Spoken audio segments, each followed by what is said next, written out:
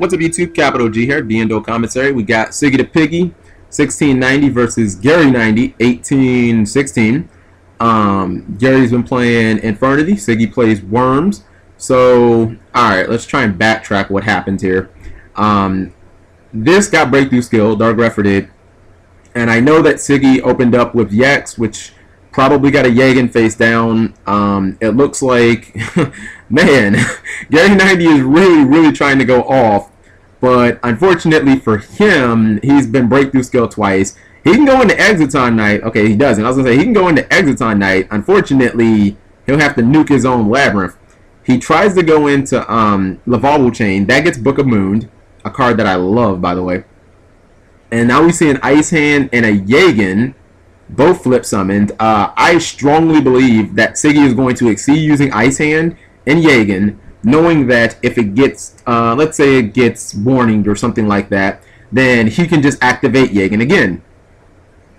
Okay, so it gets evac'd, and here's the good thing. He can just activate Yagan again. That's what, like, Xyz really did help out Worms a lot, because you see, all he has to do is just keep using its effect again and again. So, and now, I mean, yeah, he already knew he could beat over Lavalval Chain. That wasn't really an issue. He just knew that if he exceeded using Ice Hand and Yagan, he was going to get Yagan back anyway. Now I think he's going to exceed probably into... See, this is a tricky one. You think Giant Hand is good, but let's say, hypothetically, your opponent top decks Archfiend, right? You have to negate it, and then they flip over Labyrinth, and they're able to get to... Well, no, they can't get to their third Archfiend, because two of them are already, like, dead. So, really, you'd only have to worry about Necromancer and Necromancer only. Alright, so he goes into Tsukiyumi. He discards Mind Control, and he activates Tsukiyumi's effect. He's looking for back row. It's pretty obvious.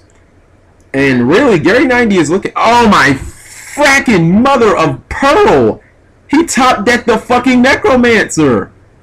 And now he'll be able to get Archfiend's effect and then trade it in for another Archfiend. That's incredible! Man, I fucking hate Infernity so much. So you see he, I just want to see what the chat is saying about that. Oh my god. Alright, so he goes into Necromancer, which gets him Archfiend. He gets a break, and now he's able to trade in his Necromancer for his third Archfiend and get another break. Or he can get, yeah, he gets another break. I was going to say he can get another barrier, but, or get barrier, but nah, you just get the second break. Now here's the problem for him. Even with that 2700 attack, or 2300 attack, can't actually get over Tsukiyumi. So you see he's going into an Xyz. He goes into Sailboat, knowing that he has two breaks to back him up regardless. Tsukiyumi dies. I think he's going to probably use Break on Yagan as soon as he can, probably during the draw phase or standby or something like that. That's exactly what he does. He uses Break on Yagan. Yagan gets banished. Now Siggy activates Duality for Blackhorn, Kataros, and Kage, but you can't special summon, so Kataros makes the most sense. Now, unfortunately, he can just use Break on Kataros as soon as he sets it, which is, I mean, that's no good for Siggy, but, I mean, he kind of needs some back row now. He sets one in his back row. You wonder if he's going to break the back row. Now, I think he's burnt all of his Power Infernity cards. I think maybe he might have Barrier left. So, the face down gets broke. Hopefully it wasn't anything good like W Nubella Meteorite. It was another pot of Duality, so, I mean, that was a good bluff there. Totally legit. He attacks over the face down. Ice Hand, whoa, shit. Whoa, there. That was a bluff of all bluffs. Not only does he pop Labyrinth, but then he gets a Fire Hand in attack mode. Now he's going to normal summon Kataros. He goes for King of the Pharaoh Imps, which is going to get him another copy of Yex. And that's exactly what he does. He can attack over Black Ship of Corn. And he's sitting pretty right now. Because you have to think, your opponent's only power card left is, well, I mean, outside of the derpy Soul Charge. Please don't draw Soul Charge. I was going to say, don't draw Soul Charge right after I say Soul Charge. For the most part, really, it's just, oh my, fuck this game. Fuck the game of Yu-Gi-Oh! Right now in the ear. That's a South Park reference. Fuck Yu-Gi-Oh! Right in the ear. I swear. Oh my god. He drew the soul charge because I said it.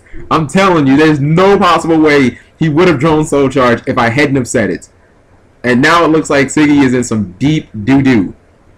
Because although Gary 90 can't attack this turn, he can still 101 the fuck out of that guy. Or he can just, you know, Diamond Dollar Wolf it.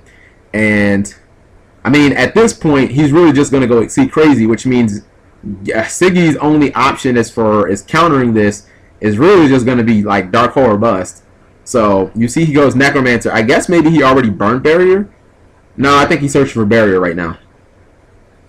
I mean, he already used 3 breaks. Okay, so he searches for Barrier. Actually, it's not really Dark Hole or Bust because he has Barrier. So it's like MST plus Dark Hole or Bust. He goes into a rank 4 Exceed, which is Diamond Dire Wolf, which scoops up King of the Pharaoh Imps. That's no good. And then he just sets the Barrier, and he just went from what, 2 cards to 5 Soul Charge. We hardly knew ye.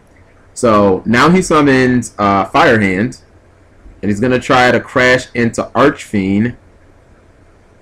I guess trying to make him use Barrier. Okay, so he does use Barrier. He Dark Holes him! He Dark Holes him! Oh shit, Yu-Gi-Oh! Oh my god, Siggy! What a fucking play! To have those 2 perfect counters, are you kidding me? And now all you have to do is use Yex, activate its effect so you get your free +1 with your Yagen, and then actually you just attack. Oh my goodness! And he Book of Moons it. That's fine. That's a neg. And you have to think Gary has already used every power card in his deck. He can Soul Charge, but he can only Soul Charge for 1, which would be Necromancer, I guess. So he uses Night Beam on Offering to the Snake Deity. And now it's Soul Charge, well, Soul Charge / Necromancer or Bust. That was incredible! I love duels like this where you just get those freaking epic endings, man. That was awesome. So he has Soul Charge, which is gonna get him Necromancer. That's the only thing I could foreseeably, I could see him realistically. You know what? He can't win. All Siggy has to do is make Cowboy and just burn him. He can make Cowboy or what? He has another break? Wow, that changes things completely. How did he have is that like a 4th break or something? I could have sworn he already used 3 breaks. Wow. Man, I seriously miscalculated. Okay, this duel is still completely on. That's crazy though. I did say Soul Charge or Bust and then he got another Soul Charge. I just need to shut up because every time I talk about a power card, Gary 90 ends up getting it. That's the reason he beat me. I played him and went into game 3. He got every power card he needed. So he has to use Break on one of those. He uses it on Yagen, and it gets banished. He can flip summon Yex, but then he's still in a tight bind. Obviously, if he has a monster, he just wins. He can just Exceed. He can go into Diamond Dollar Wolf. Okay, so he's going to attack. Please have Honest or Lance. Okay, so he uses he attacks into Archfiend. Gary's still +1 though. I imagine he's gonna try and activate Necromancer's effect. And it sucks that Yagen doesn't get his effect when he's flip summoned. So Gary 90 sets a spell or trap, and he gets Archfiend. I don't know if he has anything left to search in his deck. I mean, maybe he can get another Necromancer or something, so that if he loses his field, he can just go Necromancer again. But what is there left? Okay, so now he flips over Reinforcements of the Army.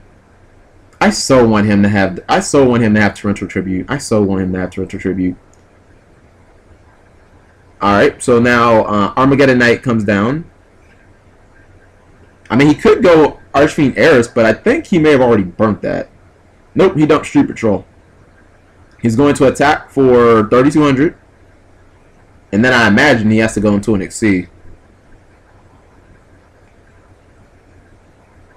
What Exceed do you go into, though? You don't want to make anything small. You want to make something big.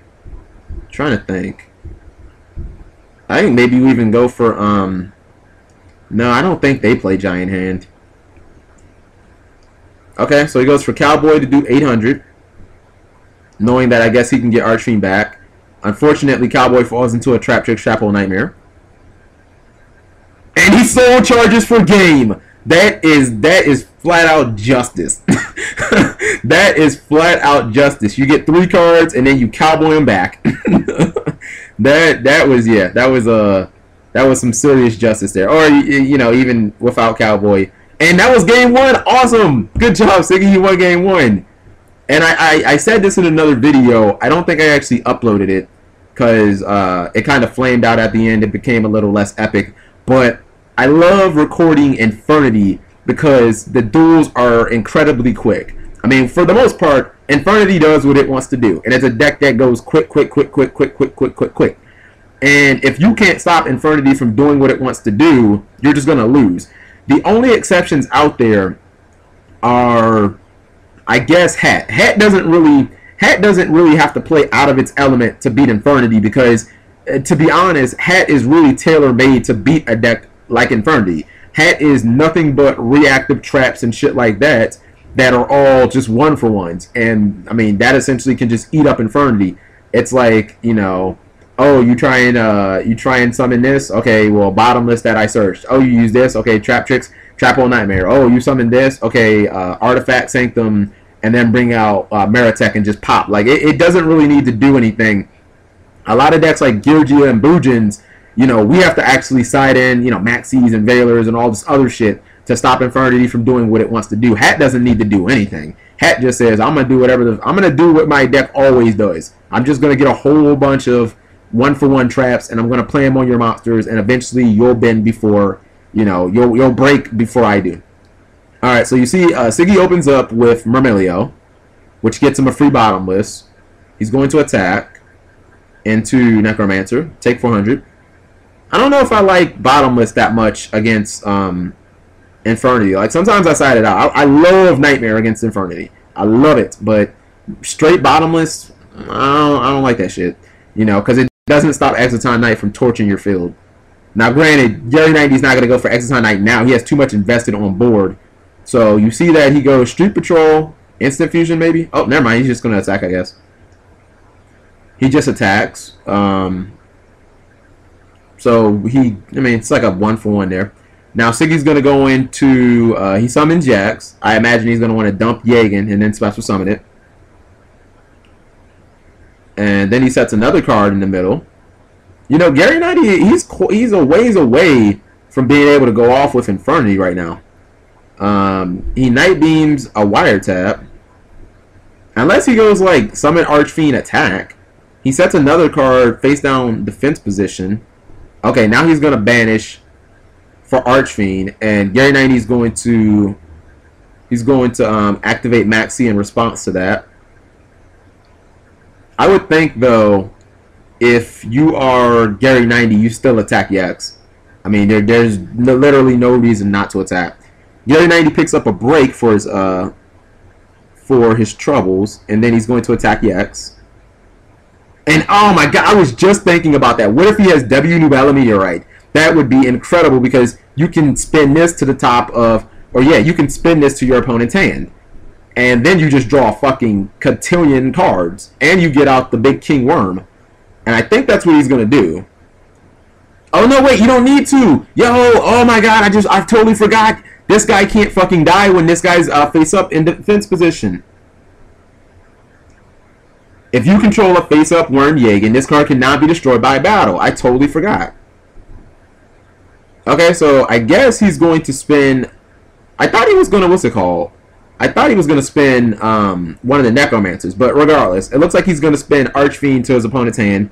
Why not? I mean, your opponent doesn't have any, what's it called? If your opponent doesn't have any thing in his graveyard, he just sets him back. Alright, so W Nubella is going to resolve.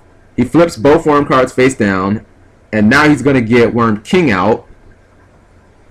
And Worm King's going to be able to not only run something over, he can start popping shit too. And I believe here's what happens. Yeah. Okay, so the fact that he used W Nubella Meteorite completely resets his effect. So not only can he pop with Yagan, but if anytime Worm King leaves the field, all he has to do is just resummon Yagan back. You know what I mean? A lot of times that's what he'll do. So you see he launches both Yagans probably at... Okay, so he's going to launch a Yagan at Necromancer. He's going to launch... oh my goodness, Gary, you... Yo, that was some serious salt. Let me just explain what he was going to do. Alright, so... oh my goodness, Worm King was going to pop this guy. And then he was going to launch Worm King at this guy, the second Necromancer. Now, he was probably going to attack first. He's probably going to attack the second Necromancer. And then he was going to launch Worm King at a back row, and then he'd be able to still trigger the Yagan effect. So, but that duel was completely one-sided, and Siggy thoroughly outplayed him. Thank you guys for watching as always.